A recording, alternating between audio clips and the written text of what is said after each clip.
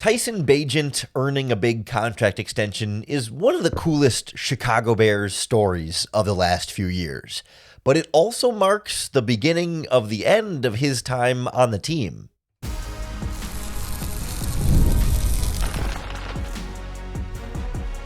You are Locked On Bears, your daily Chicago Bears podcast. Part of the Locked On Podcast Network, your team every day. This is Locked On Bears, and I'm your host, Lauren Cox. I'm here to bring you your daily, in-depth Chicago Bears news and analysis. You can follow me on Twitter at CoxSports1, and you can follow the podcast at Locked On Bears on TikTok, Instagram, Facebook, Twitter, and the Locked On Bears YouTube channel, where you can keep up with all of our video podcasts as well. Thanks for making Locked On Bears your first listen today. We're part of the Locked On Podcast Network, your team every day. Today's episode is brought to you by FanDuel. Football season is around the corner, so visit the FanDuel app today and start planning your futures bets now. On the show today, we check in on the contract extension for backup quarterback Tyson Bagent and how impressive the whole thing is. Not only him coming into the NFL as an undrafted free agent out of Division II, but also earning that contract before he's even played any regular season action with Ben Johnson, earning it just from preseason play alone. And we'll hear from Tyson Bagent as well, where he gets really emotional about just how much this means to him and his family. And I think there's a bigger story here than just a good player, getting some life-changing money here. And then we'll wrap up with a look at the Bears starters against the Kansas City Chiefs and what we should expect from them and whether or not they really should even be playing in this final preseason game. But the big Bears news of Wednesday was Tyson Bagent getting a contract extension, I think 2 years, $10 million worth up to $16 million in incentives. And as far as NFL quarterback contracts go, right, that's not anything crazy. That's right in line with other quality backup quarterbacks in the league. I think you've got Zach Wilson got a $6 million a year from the Dolphins. Jarrett Stidham got $6 million a year from the Broncos. So he slots in just below that, but just above Joe Flacco got a little over $4 million to be a starter for the Cleveland Browns. And Andy Dalton got $4 million from the Panthers. Jameis Winston got $4 million from the Giants. So he's kind of right there in the middle of those two groups. It feels like a really solid salary for a quality young backup quarterback. And I just think it's so impressive and so notable that the new coaching staff comes in and gets to work with Tyson Bagent for realistically what they start actually working together and doing workout stuff in April is when they're kind of the first coaches working with players in any capacity. So we've got maybe 4 months of working with Tyson Bagent, and they say, yep, we've seen enough. Let's lock him into a big 2-year contract. Because it's not as though they had to sign him to an extension right now. We know he's entering the last year of his contract and was getting paid peanuts, but under the structure of the CBA, he would have been next offseason a restricted free agent, meaning the Bears would have, if they tendered him on the front end, they would have the right to match any contract he might get from another team. So even if he wanted to test the open market and see if another team would give him a bigger opportunity, the Bears always had control over Tyson Bagent's next contract. So they didn't have to sign the deal right now. They could have even seen, hey, let's see how this regular season goes. And maybe if Caleb Williams misses a half or whatever here and there, if Tyson Bagent has to get any regular season action, maybe you see how that looks and then you give him the extension. But I think the fact that he was able to endear himself to this coaching staff and get that deal now, just based on what training camp practices and 2 preseason games, says a lot about how much Ben Johnson and company have been impressed. It'd be different if this was year 3 with Matt Eberflus and year 3 with the previous coaching staff. And okay, now they've been around him for long enough that they say, yep, let's give him a big deal. But Ben Johnson and company agreed and said, no, we like this guy too. Let's make sure he stays here. So let's hear from Ben Johnson about what he's seen from Tyson Bagent, including Ben Johnson's admission that, yeah, we think he's a starting caliber NFL quarterback, just maybe not here. Obviously, in respecting that Caleb Williams is your starter, Tyson Bagent, of course, considers himself starting caliber level. Do you consider him, like, does he have that in him to be a starter in the National Football? Yeah, I don't think there's any question about it. I mean, he's I've really been blown away by his approach from the spring to the start of camp to where we are now. He does a tremendous job knowing what to do, how to do it, and getting it done. So I don't think you can have enough talent in that room. I think we actually have one of the best rooms in the NFL, certainly that I've been around in my career from top to bottom. I mean, we got 3-4 guys that can play in this league, and so I feel really strongly about where we're at right there. Surprised about what you've seen from Tyson Bagent? No, I'm not surprised. I mean, you come in a new situation, and of course, I'd seen a little crossover tape over the last few years of him being out on the field, but the people in the building already had such a high opinion of him that no, I wasn't surprised by anything that he's done so far. Specifically with his approach, what blew you away, and what has left an impression on you about him? Yeah, no, he and I are probably wired very similar. Just when he enters a room, he's usually all business, and so to get him to crack a smile sometimes is a challenge, which we like to do. We like to, as coaches, you try to find that right balance of having a little levity at times, but at the same time making sure what we need to get across gets across, and so we try to loosen him up. So because he's so serious about his job, he wants to do so well, and he wants the team to do well that he's always locked in. So I can appreciate that about him because I can relate. That's about as strong of an endorsement of a backup quarterback as you're going to hear, and especially when it comes from someone like Ben Johnson, who knows offense, knows quarterbacks, and can connect with a player like that. It just really is a all-around great story there. And it's worth keeping in mind too, like this is not gonna like financially cripple the Chicago Bears in any way. I mean, $5 million a year is not nothing, but certainly not gonna be, a top 25, well, maybe certainly not a top 10 paid player on this team on a per year average. And we'll see how the money actually is spread out over the course of the contract. He's still gonna be a very, very affordable backup quarterback, but going from a guy who was making less than $1 million in salary to now $5 million a year average in salary is totally life-changing for Tyson Bagent and his family, and he walked us through some of what that looks like and got particularly emotional about it. So I want us to hear from Tyson Bagent, and also I want to circle around like what this means for the rest of his career and why it means he might not be in Chicago all that much longer. Next on Locked On Bears. The Locked On Bears podcast is brought to you by our friends at FanDuel Sportsbook.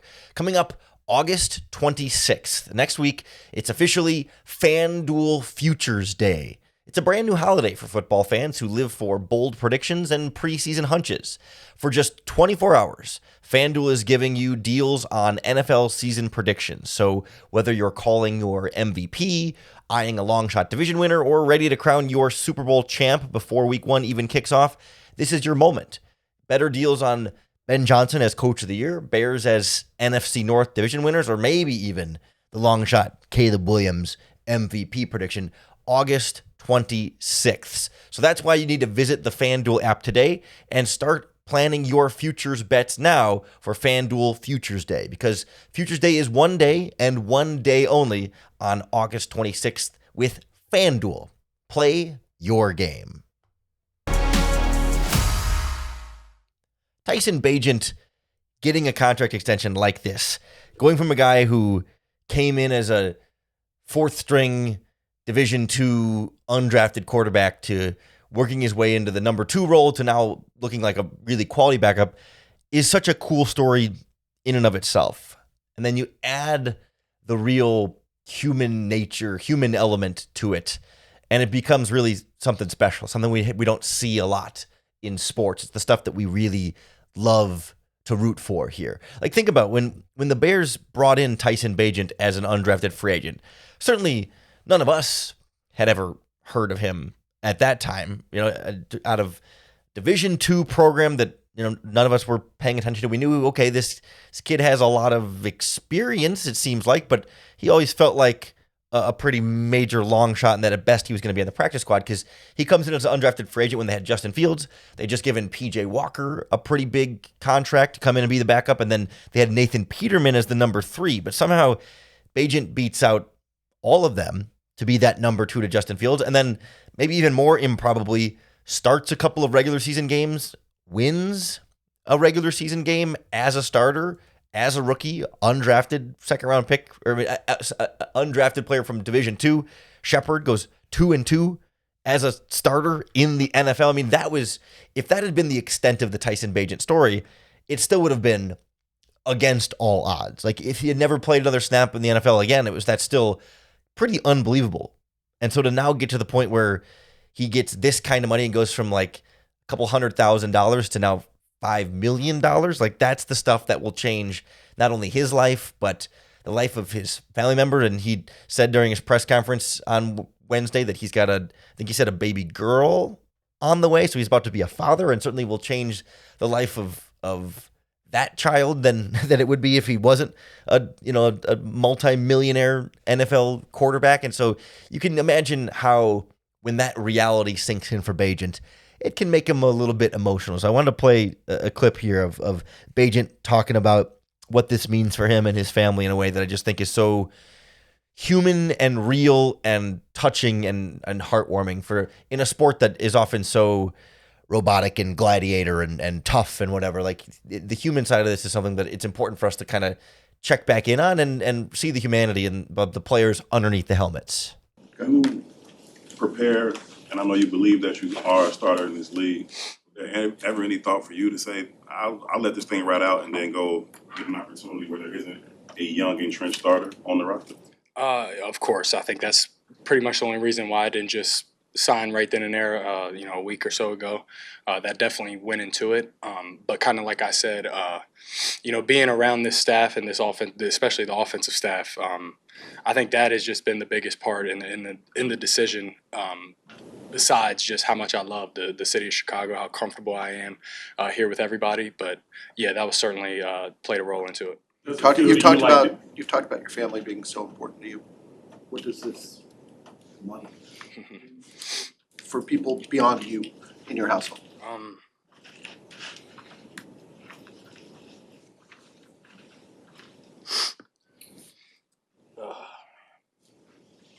Yeah, I think that a lot of people don't know this, but my dad is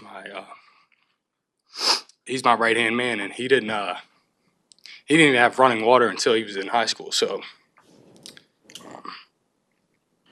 there's definitely a lot of things and people that I think I could certainly help with this gift I've been blessed with. But yeah, just little things like that. Like, I don't really know anybody back at home with any money, so yeah, it feels good. I mean, it's certainly a weight off my shoulders and my family's shoulders, and yeah, it definitely means a lot. So why do you think it's clicked with you and Ben the way it has? I think he loves what he does, and he's crazy about it, and I love what I do, and I'm crazy about it too. So I feel like it's just been like that from the start. So really awesome, cool, touching stuff from Tyson Bagent there. I mean, real life lived experiences that he can literally feel like how life-changing this is for him. And I again say, even if the story stops here, it's a remarkable, improbable story. Like, it was improbable that he ever started and won a couple games as a rookie. It's even more improbable and remarkable that he gets a big contract like this to be a well-paid NFL backup. And yet he's not stopping here either. We heard Ben Johnson say it. We've heard Tyson Bagent say it. Like, he wants to be a starting quarterback in the NFL someday. And he had some hesitation, as we heard, about taking this deal because he knows, well, if he's locked in here, he's not going to be a starting quarterback with Caleb Williams, obviously, clearly the quarterback ahead of him here.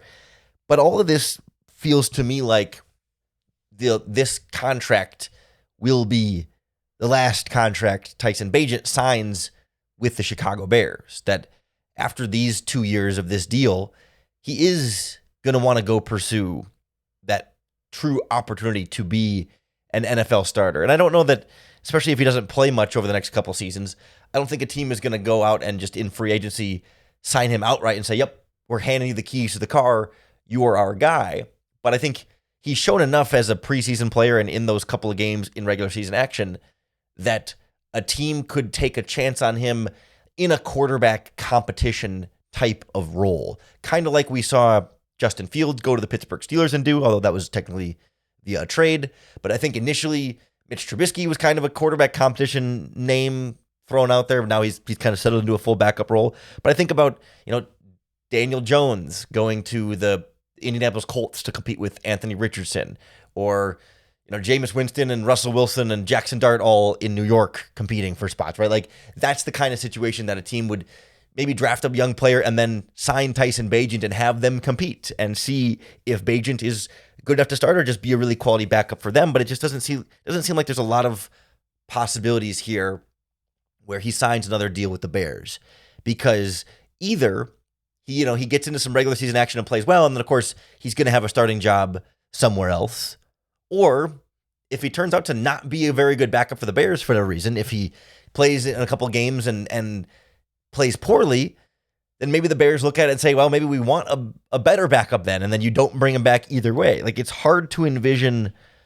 a middle ground scenario where Bagent shows up as a backup and is just good enough to make the Bears want to keep him, but not so good to make another team want to come get him in any real way. And so it feels like this now sets a 2-year timeline on Bagent's time with the Chicago Bears, and possibly even shorter than a 2-year timeline if at some point a team gets desperate enough and comes calling and wants to potentially make that trade. That I still don't see as super likely. I mean, I think we would need to see more Tyson Bagent regular season action than any of us wants to even think about as a possibility. Like, I think if Bagent is seeing enough time to prove enough to a team to come trade for him, then the Bears have been dealing with something pretty catastrophic at the quarterback position. And so I don't even necessarily want to entertain that as an idea here.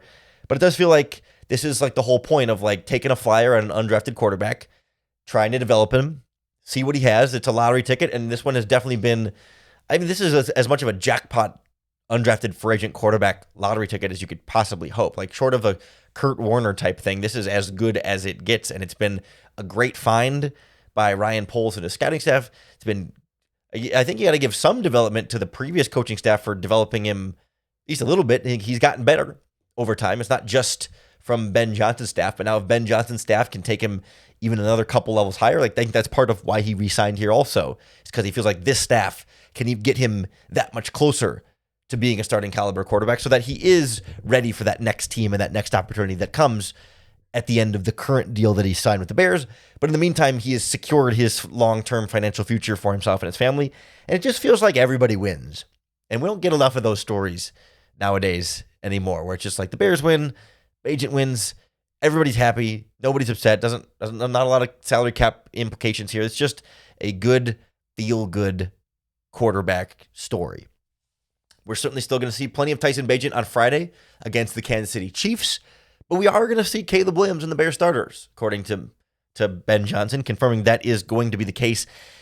And I'm just left feeling like I will give Ben Johnson benefit of the doubt, and certainly he knows a lot more than we do on the outside, but I have trouble justifying this one. So I want to talk through what we should expect to see from the Bears starters and try and find some reasons as to why they're going to play, why it makes sense for them to play. It's tough, but we'll work through it next on Locked On Bears.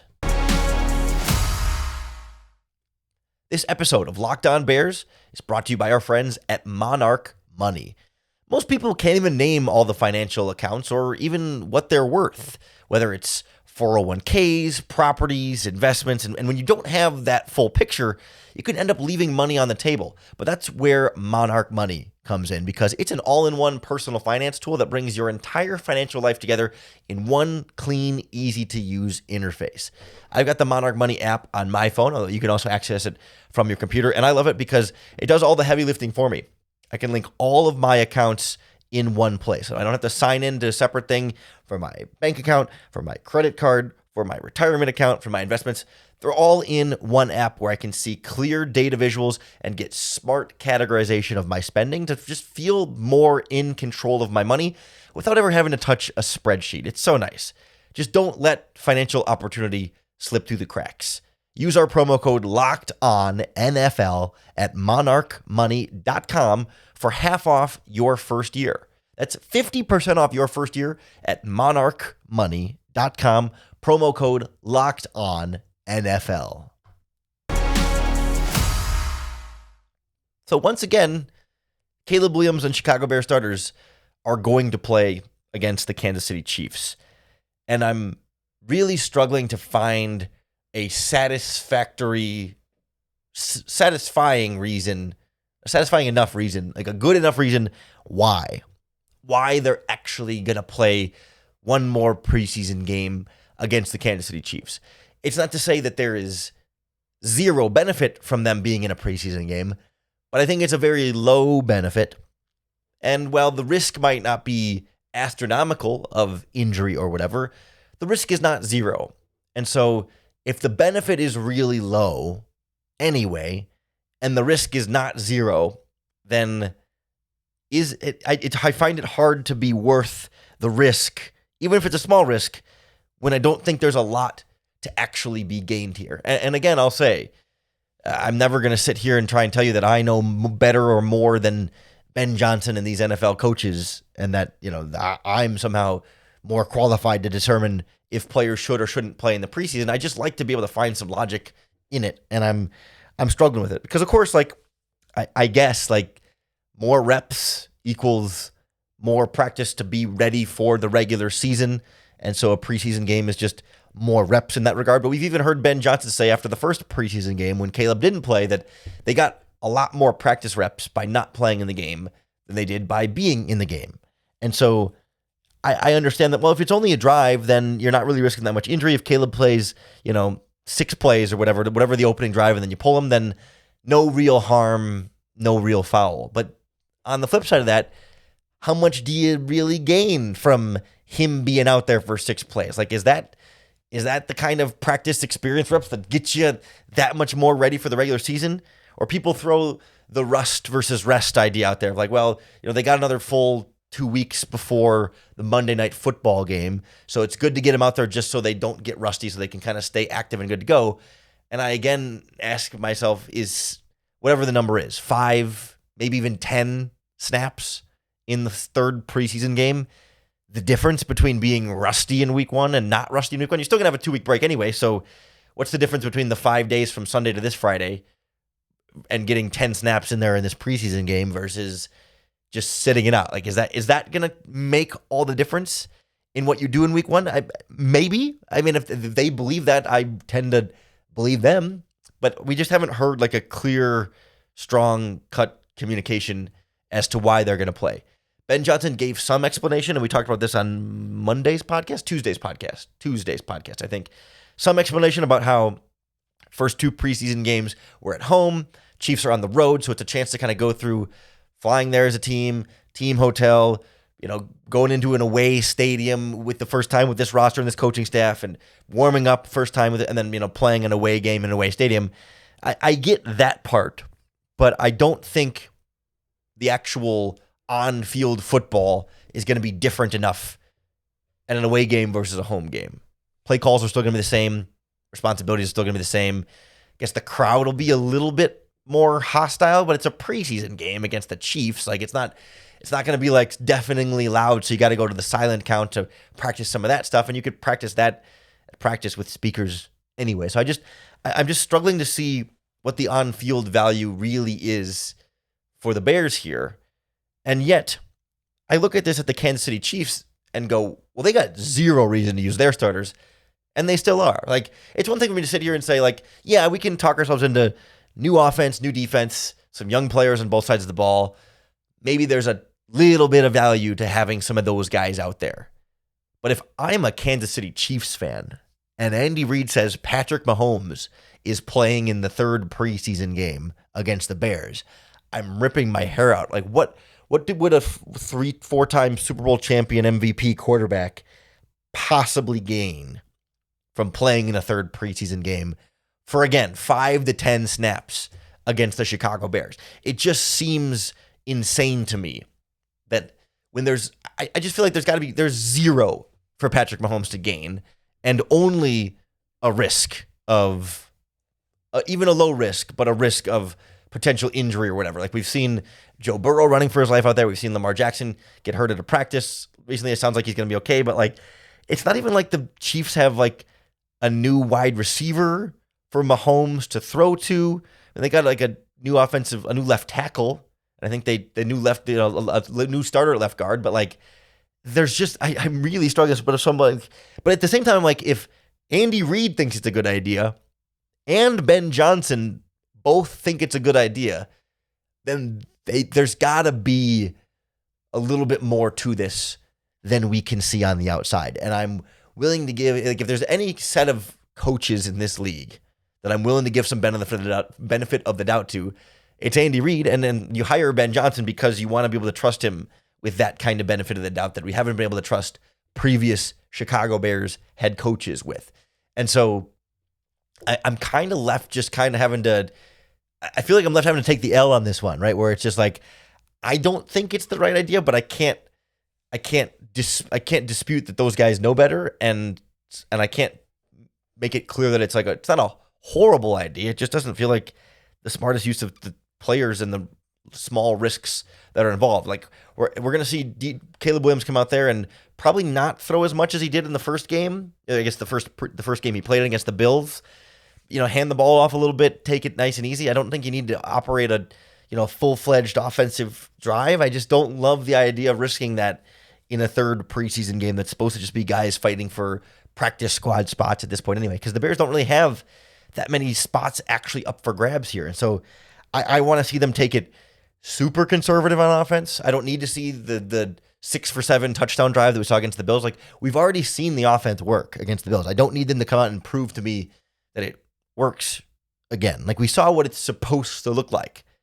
And that's where I'm again like, why are they playing then? I don't have a good answer, and I don't like not having a good answer. I try and come on this podcast in particular and have good answers, and I don't have a great answer as to why they're playing. I have small, little, tiny, insufficient answers of like, well, it might be good to go through the warm-up stuff. Okay, I get that. Might be good to practice the operation just a couple times more, I guess. I get that. And receiver timing a little bit, I guess. I kind of get that, but that doesn't add up to a satisfactory thing, especially because even in the last preseason game, Joe Tooney's not out there.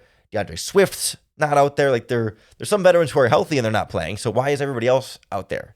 Like, I'd get it against the Chiefs if you wanted your starting offensive line in there so that they can gel a little bit more, so that, if you're still figuring out the left tackle situation so Braxton Jones can play a bit more. Like, I would understand having a few starters out there that you feel like need the playing time more than others. But like, DJ Moore doesn't need the playing time.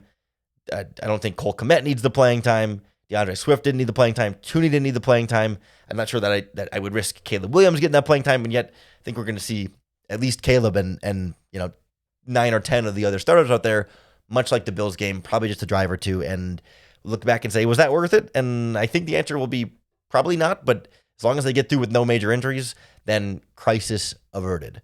We'll put together a more formal preview of like what to actually watch for the players that are going to play in the preseason game on tomorrow's Locked On Bears podcast. So make sure you hit the subscribe button on YouTube or wherever you listen to podcasts, because that's going to be the best way to keep up with all of our daily, in-depth Chicago Bears news and analysis. Thanks for making Locked On Bears your first listen today. We're part of the Locked On Podcast Network, your team every day. If you're looking for a second listen today, be sure to check out the Locked On Fantasy Football podcast to help get you ready for your fantasy draft. Our hosts, Vinny Iyer and Michelle Majuk, have you prepped for your draft, for the sleepers, for everything you need to know to be the most informed manager to take home your league's trophy. So find Locked On Fantasy Football on YouTube or wherever you get your podcasts. Coming back tomorrow for another episode of Locked On Bears and another opportunity to bear down.